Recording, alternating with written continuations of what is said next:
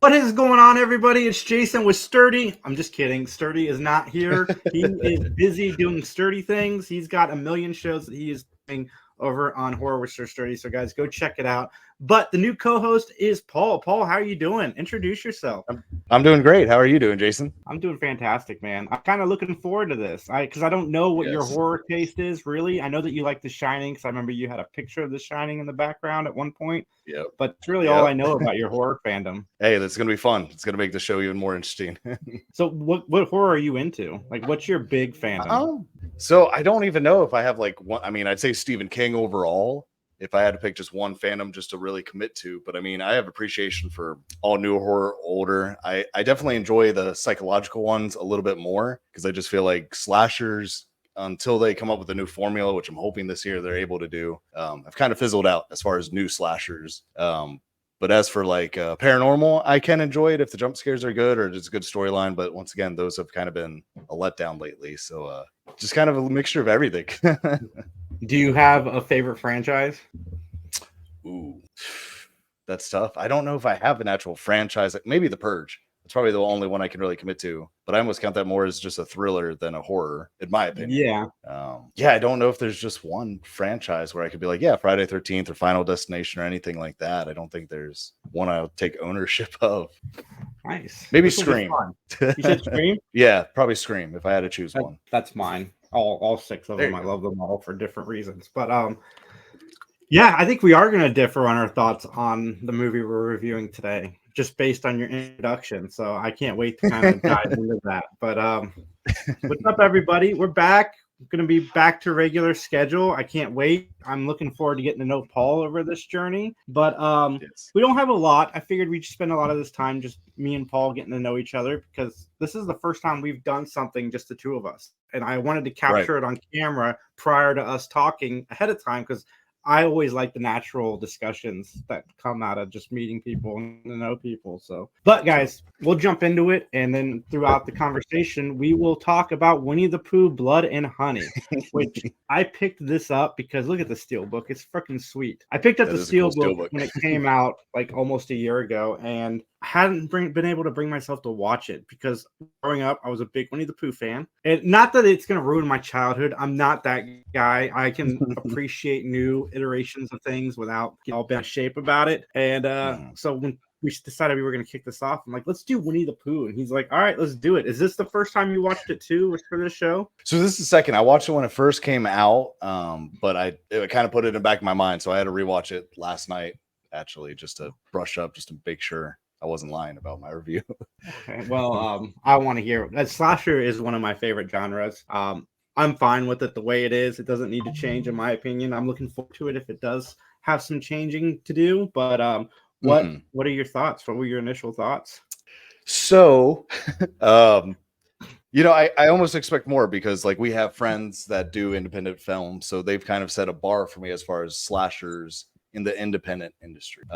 So with that being stated, I'm going to be a little harsh with Winnie the Pooh. I thought it was kind of a third-rate student film, and I get a lot of people were like, well, they didn't have the budget, and I don't buy that excuse because I've seen great movies with low budget or no budget, such as like Paranormal Activity or Blair Witch Project. Like those movies were great, and they had no budget, so I don't see that as an excuse. I feel like once they kind of felt they had the publicity just from calling themselves Winnie the Pooh and having Winnie the Pooh and Piglet on the cover, they might have thought about pulling it back and putting more into it. So yeah, I'll just stop there for now. But yeah, I was disappointed very much by this. So yeah, so going into it, I knew that this movie, just to get into it, I don't really care about critic ratings, but I just want to kind of use it as a level of quality. So I knew going into this, it had a 3% on Rotten Tomatoes. And I know the sequel has a 60% on Rotten Tomatoes. So that conversation alone made me want to watch this because if the sequel is that much better,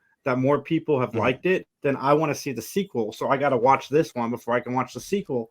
And in my opinion, it was a slasher with Winnie the Pooh, like cosplay happening throughout it. So in that aspect, it's the worst slasher I have ever seen. Like Blood Lake exists, Thanksgiving exists. This at least was entertaining to some degree. I thought some of the kills were fun. Man, poor for Robin. All he wants to do is introduce his wife to his friends at the 100-acre woods. And if we get some justice for Eeyore in one of these movies, I don't care what it is, but like everything bad always happens to poor Eeyore. Like he is the first person, spoiler alert, that is done in. It's done within the first like 5 seconds. I kind of like how they started the movie with like the animation / like slideshow of pictures showing like kind of what happened up to the point where they're at now. I thought that was kind of creative. Maybe the most creative part of this movie. But I mean, it's a slasher movie. Yeah. If you're okay with an 80s slasher movie, a generic 80s slasher movie, then I think you'll be okay with this. But don't go into it expecting like the world, because you're not gonna get it. The second one, we're promised Al and Tigger, and I can't wait to see that. But and this is the start of a whole universe, man. Like Bambi comes, and then Peter Pan, and then Pinocchio. I think Pinocchio can be terrifying. I'm glad that they now have money to work with, so budget shouldn't be an excuse for these people anymore. They've got all the money, because horror fans, no offense, we're easy. We're like hookers. If they give it to us, we're going to consume it. And I'm excited, cautiously excited to see what comes next. But yeah, I mean, this movie is generic at best. It's not something that I think you'll be mad if you watch. It's not boring like Blood Lake is boring, but it's definitely not. It's not as good as it could be, or as fun as it could be. Yeah.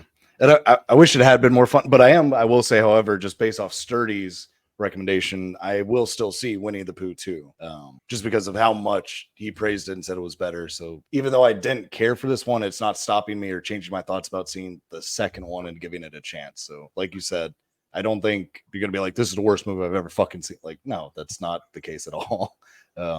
Might be top 30 worst ones you might have seen, but I still want to give it a chance, because maybe they were figuring things out, and maybe this next one they kind of get it together. Yeah, I think Christopher Robin should have been a bigger character too, and not just used in small quantities. And I kind of wish they didn't look like rednecks in masks.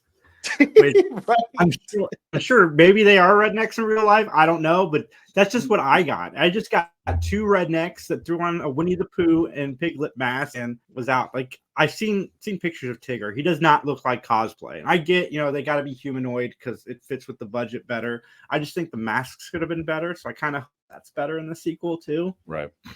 Yeah. I don't know. I think, like I said, I just feel like they just didn't do it justice. Like it almost seemed like they didn't care. And I wonder if maybe they were just almost making it as a joke to begin with. Like they didn't think it was going to ever hit theaters or get the publicity that it really did generate.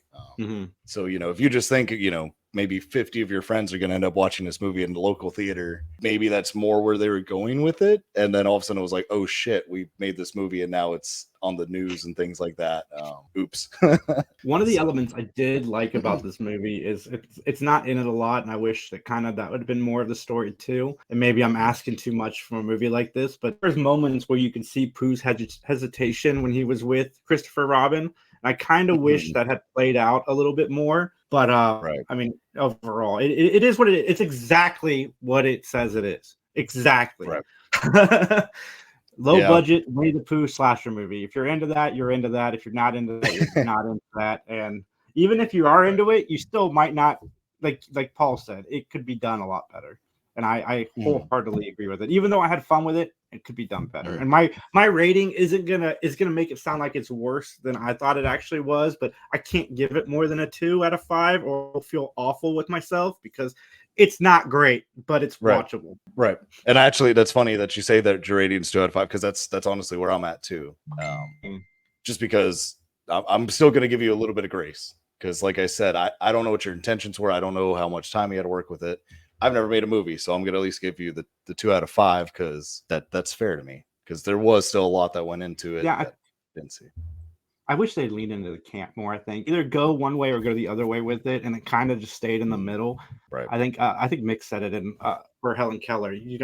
It's not fully aware of what it needs to be, and I can't wait to watch 2. I'm trying to find out if I can stream 2 somewhere, but it's not streaming right now. So that's right.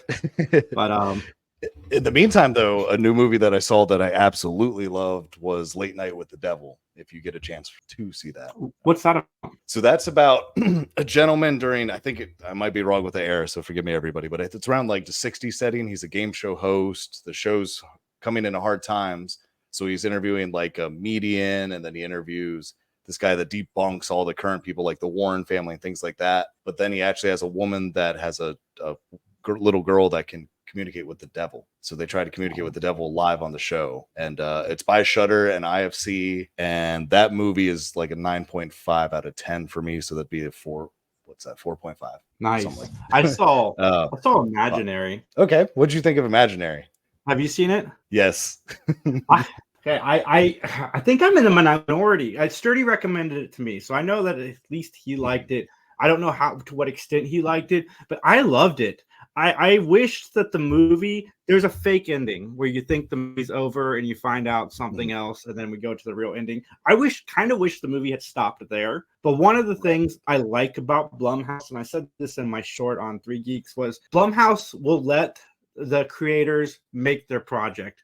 For good or bad, the vision you get in the movie, like Halloween, they let that guy ride his vision out for, varying degrees of quality. And that's one of the things I like about Blumhouse, like Happy Death Day. That movie is exactly what that guy wanted that movie to be. And same with the sequel. Yeah. So Blumhouse, have you seen Freaky with Vince Vaughn? Where he? Oh, yes. Okay, yeah. His acting is supreme in there, acting like that little girl. I will say that I was blown away that he was able to be the little girl. And vice versa. So I'm dating somebody who has a child, and the movie is about, that person coming into an established family, trying to gain the respect and the admiration of the children. So that part of the story really got to me. And I don't know, I really liked it. I liked it probably more than I should have, but I thought it was really good. I still wish we'd gotten a darker ending. Yeah. I wish there had been a little more darkness to it. And I can absolutely, because if it connects to you on any kind of real level of what you're going through personally, I absolutely get it. Because there are movies I absolutely love just because I connect to, we'll say even emotionally, that I know are garbage. Like anyone would be like, what the fuck are you talking about? That movie was shit. But right. Like the Stupids, like honestly, like, yeah, like I love that movie, but that just brings me back to time. Like I can remember like I think it was like my 9th birthday watching it with all my childhood friends at the time. And a lot of them, aren't here anymore. So every time I watch it, I just think of us sitting on my parents' old couch, just laughing our ass off, farting away, just being stupid, just being kids. So I get that. But as for Imaginary, I didn't absolutely hate it, but I felt like it was a live action version of Coraline. And I loved Coraline, so I was kind of like, oh, that is fair. That's a good analogy. That is 1,000% fair. I didn't even put the two together until you just said that, but I can totally see how you would connect the two. And they kind of went for the Ted imagery on the poster, which was kind of misleading a little bit. And the fact that it's called Imaginary, and then we got the Imaginary Friends movie with Ryan Reynolds coming out in like a month or two. Right. Which is a similar concept, and it does set up a sequel kind of in this movie, which gave me a little bit of an eye roll, but overall I thought it was fine. Yeah, I thought as far as Blumhouse, I still have yet to have them really let me down. There might be ones I liked less, but I don't think there's been one where I'm like, man, I'm never watching one from the studio again. Like they're letting things go. I think they've just progressively gotten better, in my opinion. Yeah, they're, like I said, they're one of the studios where Jason Blum gives people the room to maneuver. And again, that doesn't always work. It doesn't. Halloween, while I enjoyed Halloween 3 on some level as a Christine remake, I know a lot of people did not enjoy Halloween Ends, so I get it. I haven't watched The Exorcist yet. Have you seen that one? Oh, yeah. No, yeah, I sure have. And I think I enjoyed it. The Halloween franchise is one that I can, like I said, I don't really get hardcore into the franchises. I've seen all of the Halloweens and enjoyed them all for different reasons, but I wasn't a diehard fan, so I wasn't let down or anything like that. I was like, oh, it was decent kills, this and that. Personally, I've always enjoyed, and I know Mick hates me for this, but the Rob Zombie Halloween movies. Those are two of my absolute favorites just because I like the storyline and I like the psychology and the darkness to what made Michael Myers. I'm not gonna disagree with you because I like the first Rob Zombie movie a lot. The second one, there's some things I wish weren't in that movie, but overall, man, the kills in that movie are freaking brutal. And I like the ending. I really like the ending of Halloween 2. I mean, just get rid of the horse. His wife white out horse. of that movie is significantly better. But overall, I didn't dislike that franchise either. I kind of wish we had got that third movie, what they hinted at the end of the second one. Right. Because and did you hear that he's go ahead? Because if something that tragic happens to you, you're going to go one of two ways. We saw the one way in the Halloween reboot, and then the other way was what that movie alluded to at the end that I kind of wish we had gotten in the next one. Right. Oh, you're absolutely right. And I'm curious what he's going to do with Christine. I heard Rob Zombie is taking over Christine to try to do a reboot, and I don't know how I feel about it because I like I said, Stephen King is my dude. So Christine is a classic movie to me. It was a great book, so I'm kind of like, just don't touch it. Just don't fuck it up, because then you're gonna piss me off. Like he's pissed off a lot of people with a lot of other movies. This is gonna be the one that might break me as far as Rob Zombie. But I hope not. I hope I'm wrong. As long as his wife doesn't play the car, I think we'll be okay. That'd be awesome. Oh God, I don't even know what part they'd put her as. I guess the mom. Man, he'll find something. Down for a Christine remake. I just hope they do it right. I don't know if Rob Zombie is the way to go. I've only seen the Halloween movies from Rob Zombie. I haven't seen any of his other movies. Okay, I loved House of Thousand Corpse more than Devil's Rejects. 3 from Hell was garbage in my opinion. And Lords of Salem, if you just want something fucking weird, there you go. If you like witches and just something weird, there you go. But typically I torture friends, so if they ask to watch something weird, I'll make them watch something like Tusk before I bring up Lords of Salem, and then they really Tusk. That movie fucked me up, man. That movie, oh my God, the imagery in that movie. Oh, and they're awful friends. They just spoiler alert, they just leave him in the suit, like with his big gulp cup. Oh God, that movie messed me up. I've seen it twice, and I can't even look at Justin Long anymore without getting nightmares. Right. Kevin Smith needs to make more horror movies, because what he followed it up with, Yoga Hosers, was so disappointing. I want Tusk, but I don't need a sequel to Tusk, but I want him to do that again, because he really messed me up. And Red State was really good too. Yes, it was. Yeah, Yoga Hosers, I didn't find out about till I think late last year, just because I was looking up Kevin Smith and I was like, what the hell is this? And then we ended up watching it. And I mean, we kind of laughed. I thought, German sausage, it was too much. It had its cute little moments, but I need more like Tusk, because I remember my friend and I at his house. We're just sitting there looking for something to watch on Netflix. And at the time it was on Netflix. And we're like, fuck it. It's a horror movie by Kevin Smith. We like Kevin Smith. Let's just watch this. And we were like, well, what just happened? We did not sign up for this. And then we followed it up with Teeth. So it was a good day. Teeth. That's another movie. Like, Kevin Smith has talked about doing a sequel to Tusk. He said that he thought about doing it where, Justin Long eventually gets out of the suit and gets kind of rehabilitated a little bit. But he kind of becomes the old crazy guy and does it to somebody else. Gotcha. Huh. I like that. I'd watch that, because I also love Justin Long in horror, like just period. I like Justin Long in horror too. I was finally able to watch him in that It's a Wonderful Life horror remake that came out last year. There you go. I didn't get nightmares watching him in that. Nope, I did not. And I'm trying to think. There was another one. Oh, Barbarian. That's what I liked him in as well. Thought he was good in that one. That was just a creepy movie too. Yeah, I bet. So, did you? One more movie that I watched recently was Saw X, and man, that is a good fucking movie. Saw 1 has always been my favorite, but I think X just surpasses it in so many ways. Story, acting, character development, like the whole thing is so good. I was surprised. I put it off for so long because Spiral was okay. I didn't hate Spiral, but 8, 7, 6, 5, and 4 were not great movies at all. I can't even tell you what happens in any of those. Right. So I can't tell you this moment happened in this movie. They're all just a blur after 3. But X was so good. And it's hard to sell somebody on how good X was because, the Saw franchise fizzled out, but it is really good. Yes, they brought it back. In my opinion, Saw 1 is always going to be the first one of that franchise that I love. But it goes Saw 1, then Saw X, then probably Saw 2, and that's it. It was great. The story was great. The kills were interesting, but I just loved that they kind of brought it all back home to kind of redeem themselves. Because like you said, it fizzled the last 4 or 5 movies where you're kind of like, I'm committed, so I guess I got to see this one anyway. But it definitely was like, oh wow, now I want to rewatch other ones again, which is what I did immediately after watching that one. They put back the emphasis on story that they lost after 2.